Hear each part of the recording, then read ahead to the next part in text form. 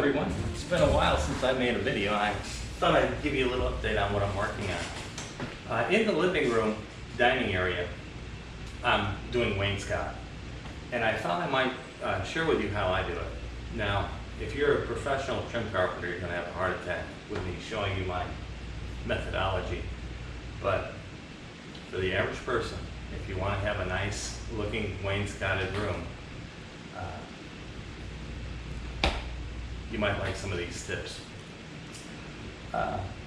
Let me tell you what the very first thing that I do is I like to build a project board. And with the project board, I try to use actual dimensions and the trim that I want to use and how I'm going to apply it. And I'm not stuck with it. It's just to get me rolling in the direction that I want to go. And like I said before, a trim carpenter would have a heart attack at what I'm doing here, but I'm going to be painting this, and so I have some liberties that I can take advantage of. I'm trying to do this inexpensively, so I'm going to show you some of my tricks on making wainscot very, very affordable. First off, this is door casing, door or window casing, and it was on sale.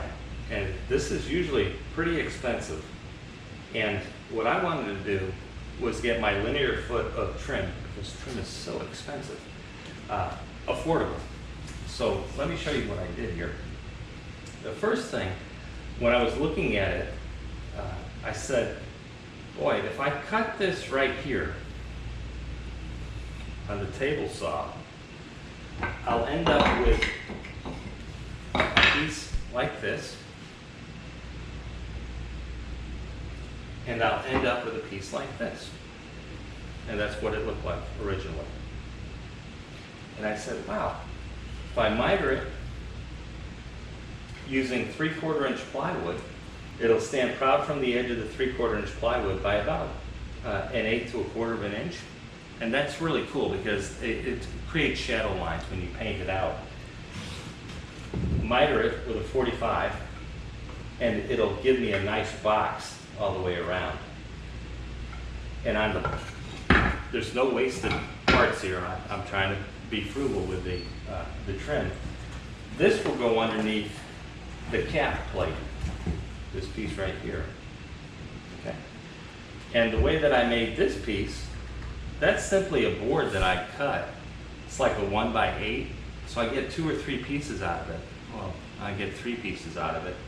And I just take a trim router with a round over, and I'll route the top of the board, flip the board over, and I'll route the bottom of the board.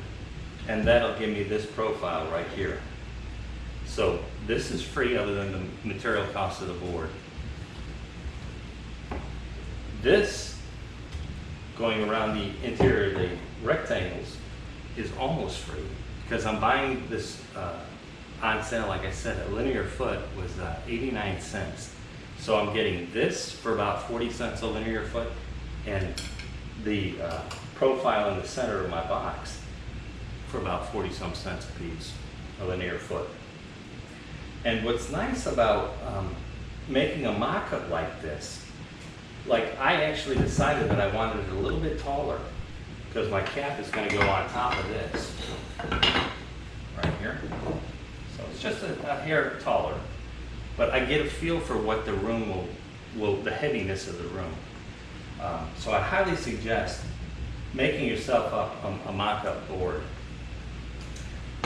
And then what's cool about it is then you have a cheat sheet, if you will. You know that your top rail, in this case, is going to be 4 inches, and that allowed me to have this profile have a good depth right here. Okay. These styles, I decided to go with 3 inches. Okay. And my base is 6.5 inches of plywood. Okay. And then, if you notice what I did on the very bottom, you see what I've done? I'm building a depth to my moldings. I don't want just a flat wall. I want to have it come in, I want to have it go out, I want to have it come in, come up. And it gives it character. It gives it an interesting feel when it all comes together. And then I'm just going to, of course, caulk it in and paint it. Again, so that I'm not using expensive solid woods, I'm taking a piece of 4x8 plywood and I'm ripping it either with a track saw or a table saw. And the only solid wood that I use are my corner pieces that I'm going to be putting. I don't know if the camera will pick this up, but I just routed a bevel right here on the edge just to take that sharp corner off. I would tack this in place. Board on the bottom, I'll tack it in place. And then to save even more material, I'm using an 1/8 inch piece of Luan, which is a 4x8 sheet. And so I just cut out that rectangle. I hide the edges with that interior molding. See how this all comes together? And it's relatively inexpensive as opposed to using solid woods. And let me tell you something else that I did. I had an outlet here, and I have a freezer on the other side, and I kept wrapping the cord around and putting a plug on the other side of the wall here. I decided just to remove the outlet on this side, pop it on the other side of the wall, and I'm just going to hide this. You're not even going to see it. One last trick I have for you